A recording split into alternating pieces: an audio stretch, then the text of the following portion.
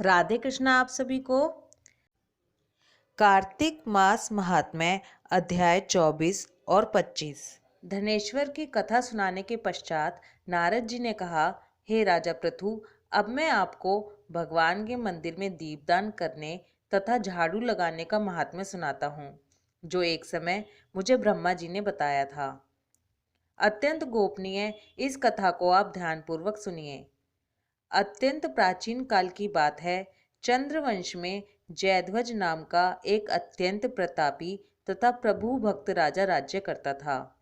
वह प्रतिदिन भगवान के मंदिर में जाकर स्वयं झाड़ू लगाता तथा दीप जलाया करता था। एक दिन वीतिहोत्र नामक राजपुरोहित स्वयं राजा को ये कार्य करते हुए देखकर विस्मय से पूछने लगे, हे राजन, भगवान को प्रसन्न करने के लिए और भी अनेक भक्तियुक्त कार्य हैं, फिर मंदिर में स्वयं सफाई करने तथा दीप जलाने में इतनी अधिक श्रद्धा का क्या रहस्य है? राजा ने हाथ जोड़कर अत्यंत विनम्र भाव से कहा, महाराज, इस संबंध में मेरे पूर्व जन्म का एक अत्यंत विस्मयकारी इतिहास है, जो भगवत कृपा से मुझे इस जन्म में भी याद है। यदि आपका आदेश हो तो वह घटना मैं आपको सुनाऊं। पूर्व जन्म की वह घटना सुनाते हुए राजा जयध्वज ने कहा, सतयुग में स्वरोचिष मनवंतर में वेद वेदांगों का जानने वाला एक ब्राह्मण था, जो अत्यंत विद्वान होते हुए भी दुष्कर्मों में लिप्त रहता था। उसके खोटे कर्मों के कारण उसके बंधु बांधवों ने उसका परित्याग कर दिया था। एक दिन भूख प्यास से अत्यंत दुखित हो वह घूमता फिरता नर्मदा नदी के तट पर जा पहुंचा और वहीं पर उसने अपने प्राण त्याग दिए। उसकी स्त्री भी व्यभिचरिणी थी, अतएव उसके बंधुओं ने उसे भी घर से निकाल दिया था। उसी के गर्भ से अत्यंत पापी मैं उत्पन्न हुआ था। उस जन्म में मेरा नाम दंडकेतु था। दूसरों की स्त्रियों, वैश्याओं तथा धन के लिए मैंने गौ, पशु तथा अनेक मनुष्यों की हत्याएं की और इस प्रकार पाप पूर्ण जीवन व्यतीत करता रहा। एक रात्रि को किसी दूसरे की स्त्री से भोग करने की इच्छा से मैं एक सूने देवालय में गया। वहां जाकर मैंने वस्त्र से स्थान साफ किया और दीपक जलाया। उस सूने मंदिर में दीपक जलता देखकर गांव के रक्षक वहां आ गए और मुझे चोर या डाकू समझकर उन्होंने लाठियों से मुझ पर इतने प्रहार किए कि मेरी मृत्यु हो गई।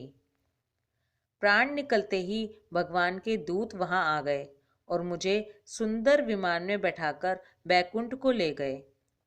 कार्तिक के महीने में भगवान के मंदिर में झाड़ू लगाने तथा दीपक जलाने से मुझे इतना फल मिला कि कई कल्प तक स्वर्ग में सुख भोग कर अब मैंने चंद्रवंश में जन्म लिया है। यदि श्रद्धा और भक्ति पूर्वक यही क्रिया कार्तिक के पूरे महीने की जाए तो उसके पुण्य का तो कहना ही क्या है। उसका वर्णन ब्रह्मा जी भी नहीं कर सकते। एक अन्य कथा सुनाते हुए नारद जी ने कहा, हे राजा पृथु, अब दूसरे के दीपक जलाने का महात्म्य सुनो। मनुवंश के प्रतापी राजा रैवत के पुत्र भद्रबुद्धि के पुत्र का नाम सुदर्शन था। नाम के अनुरूप ही सुदर्शन अत्यंत सुंदर और पराक्रमी था।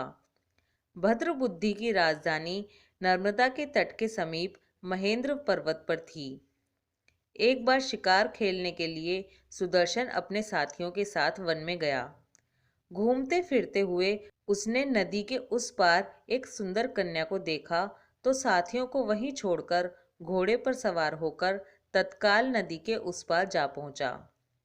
वहां उस रूपवती कन्या को देखकर सुदर्शन उस पर मोहित हो गया। कन्या भी उस अत्यंत सुंदर बलशाली वीर पुरुष को देखकर लज्जा को प्राप्त हुई। सुदर्शन ने शालीनता पूर्वक उस कन्या से उसका परिचय पूछा। तब उस कन्या ने बतलाया कि वह गौड़ राजा की पुत्री है और उसका नाम मदनालसा है। अपनी सखियों के साथ क्रीड़ा करने के लिए वह वहां पर आई है। इसके बाद स्वेच्छापूर्वक उन दोनों ने गंधर्व रीति से वहीं पर अपना विवाह कर लिया। और कुछ समय तक नर्मदा नदी के तट पर विहार करते रहे। फिर अपने घर पर आकर वे दोनों आनंद पूर्वक रहने लगे। कुछ समय बाद राजा भद्रबुद्धि अपने पुत्र सुदर्शन को राज्य सौंपकर स्वयं वन में चले गए। राजा बनने के बाद सुदर्शन बड़ी कुशलता पूर्वक राजकाज चलाने लगा। रानी मदनालसा सदा अपने पति को विष्णु भगवान की पूजा आराधना करने का उपदेश करती रहती थी। इस प्रकार वे दोनों ही भगवान के अनन्य भक्त बन गए। राजा सुदर्शन ने रानी की प्रेरणा से भगवान का एक स्वर्ण मंदिर बनवाया। दोनों ही उसमें प्रतिदिन भगवान का पूजन तथा कार्तिक मास में दीप दान किया करते थे।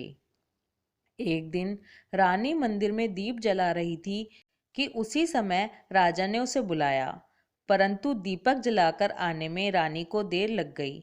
इस पर राजा सुदर्शन ने क्रोध में आकर रानी से कहा, तुम तो कहती थी कि पति ही स्त्री का देवता होता है, फिर दीपदान में इतनी देर लगाकर तुमने मेरा अनादर क्यों किया? यदि देर का कोई और गुप्त कारण हो तो कहो। तब सती साध्वी मदनालसा अत्यंत स्नेह युक्त वचनों में बोली, हे महाराज, मैं दीपदान का महत्व आपको बताती हूँ। अब आप ध्यानपूर्वक मेरे वचनों को सुनिए। अपने पिछले जन्म की कहानी सुनाते हुए रानी ने कहा, पिछले जन्म में मैं एक चुहिया थी। गोदावरी के तट पर एक मंदिर में मैं रहती थी। एक दिन मंदिर में रात्रि को जलता हुआ दीपक बत्ती छोटी होने के कारण बुझने लगा।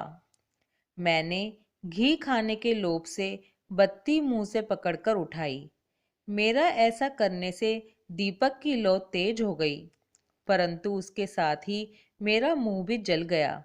इससे मेरी मृत्यु हो गई। क्योंकि रात के समय भगवान का दीपक प्रज्वलित करते हुए मेरी मृत्यु हुई थी, इस कारण मैंने ऐसा सुंदर रूप पाया और आपकी रानी बनी। यदि कोई श्रद्धापूर्वक भगवान के मंदिर में दीपदान करता है तो उसके फल का तो कहना ही क्या है।